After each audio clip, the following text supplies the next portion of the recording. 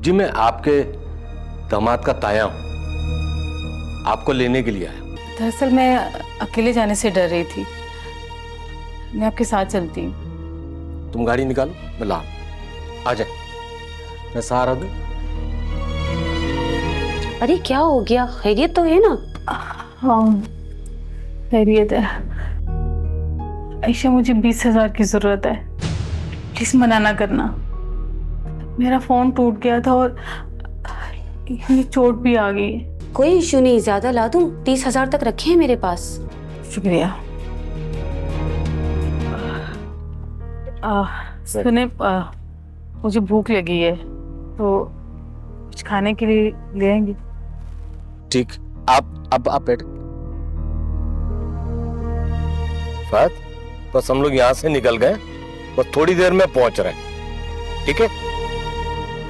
बाबा अब तो वो लोग आ रहे हैं, अब तो प्लीज कुछ खा लें ताकि मैं दवाई खिलाऊं आप। वही फाद मियाँ, मैं एक दफा तुमसे कह चुका हूं, वो आएगी तो मैं दवाई खाऊंगा। आपके ताउन का बहुत बहुत शुक्रिया। अरे ताउन का शुक्रिया की कोई बात नहीं है। देखें, मेरा नाम जवार है, जवार। एक हाँ फहद, तायाजन कहाँ तक पहुंचे आप लोग? अंकल की तबीयत ठीक नहीं है। अरे मियाँ बात तो सुन लो पहले मेरी। भाई तुम्हारी सास बहुत भूखी थी, बस उन्हें कुछ खिलाने पिलाने के लिए रुक गया था। हाँ बस फारिग हो गए, बस निकल रहे, आ रहे हैं हम। फाद मियाँ, मुझे यकीन क्यों नहीं आ रहा कि उसके चोट लगी है, या वो मेरी परेशानी के चक्कर में वो भूखी है। अरे मैं इतने दिन यहाँ बीमार रहा, एक दिन उसने मुझे परहेजी खाना नहीं दिया, मैं कैसे यकीन कर लूं?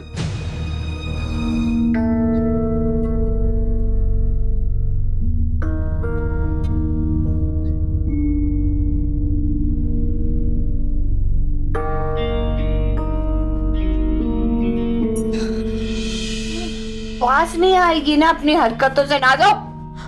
अम्मी क्या मुसीबत है, आपने एक तो मेरे फोन पे कब्जा करके रखा, ऊपर से ऑफ भी किया हुआ है। मुझे नहीं पता, मेरा फोन दे। चले फोन दे। देख, तेरा हो या मेरा, इसको खोलेंगे ना तो फौरन अकील की कॉल आ जाएगी, और तुझे पता नहीं, जैसे ही वो कॉल करेगा ना तो बुला लेगा।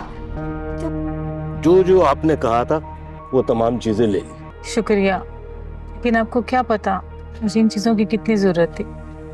सवार साहब, मुझे एक और रिक्वेस्ट करनी थी, प्लीज मेरी एक मदद और कर दें। जी जी, आप बेफिक्र हो के। बहुत बहुत मेहरबानी। फरमाइए।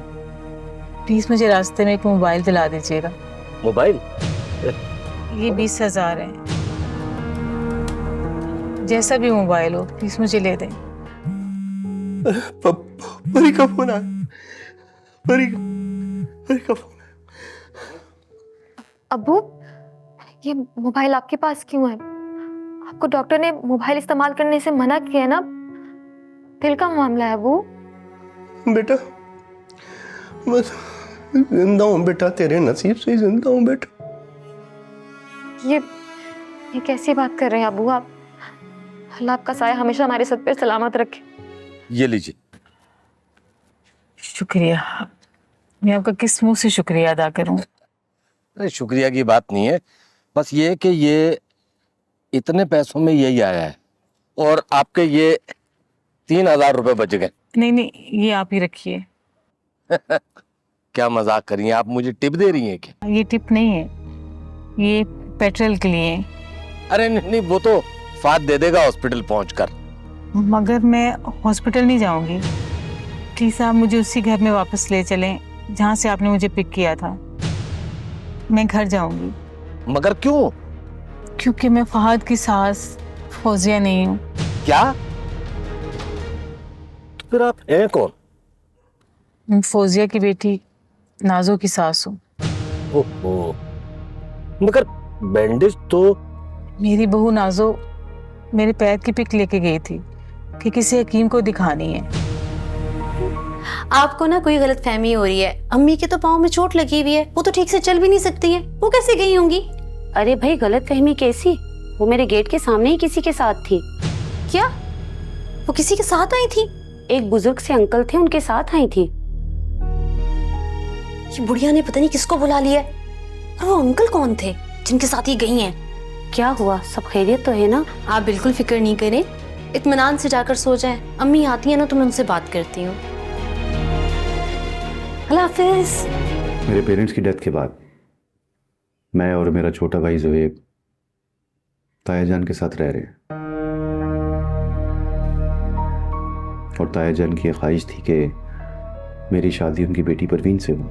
एक बात है फाद मियां, दोनों खासे तेज मिजाज हैं, बाप और बेटी। बस इसी वजह से मैंने परवीन से शादी नहीं की। मैं अपने लिए एक खामोश तबीयत, खुश मिजाज, एक अच्छी ज़र्फ वाली लड़की ढूंढता रहा, जैसी परी है। बात किस लहजे में बात कर रहे हो तुम?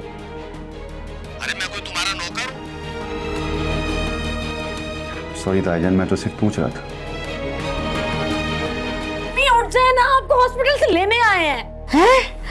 हाय अल्लाह। एक इज्जतदार लड़की के लिए उसकी इज्जत ही उसकी दौलत होती है, और शरीफ घराने के मर्द भी इज्जत के पीछे जान तक दे देते हैं।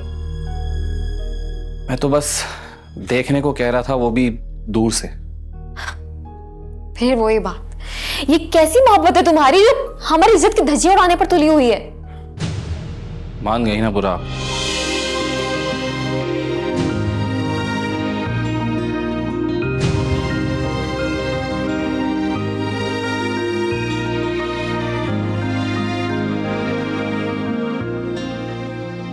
नाज़ो, सुहेब, या अल्लाह, जिस बात का डर था वही हो गया।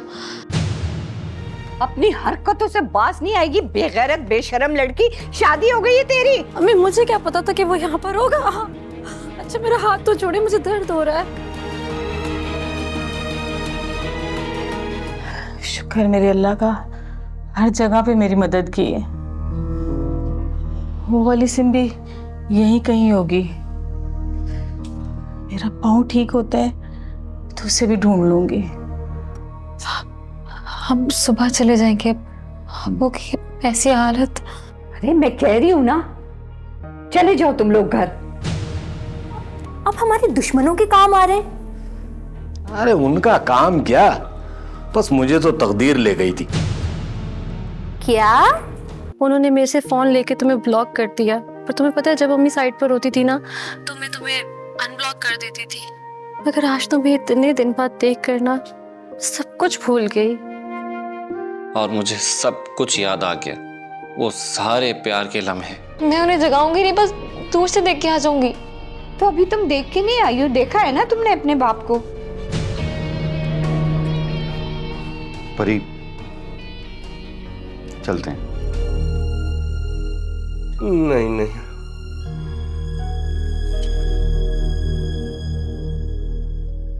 हिम्मत ही नहीं हुई।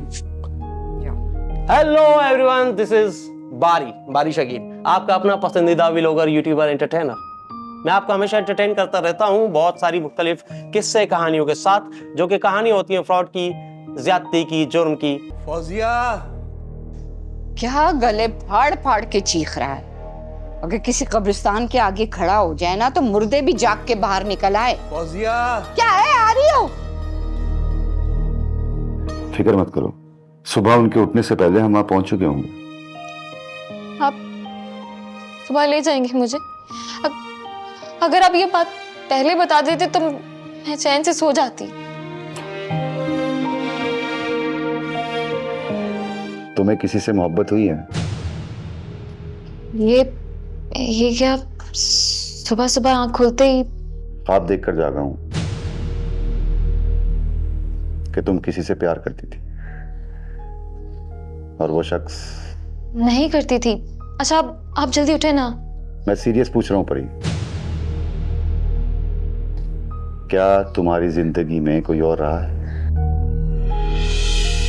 कभी एक फूल मुरझाता नहीं और तुम दूसरा ले आते हो।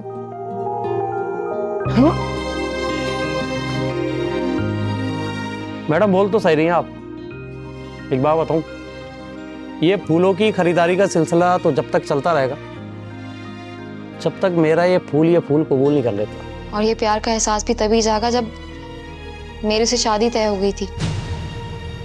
लेकिन मेरी अम्मी, उन्होंने मेरे चाचा पर झूठा इल्जाम लगाया कि उनकी मेरी अम्मी पर गलत नजर है, और अब उन्होंने घर से निकाल दिया। मुझे कभी कभी शक भी होता है तुम पर। शक? अगर मौत के खौफ से तुम्हें खौफ खुदा होता तो मैं ये ज़रूर दुआ करता कि मौत एक दफ़ा ज़रूर तुम्हारे दरवाजे पे दस्तक दे।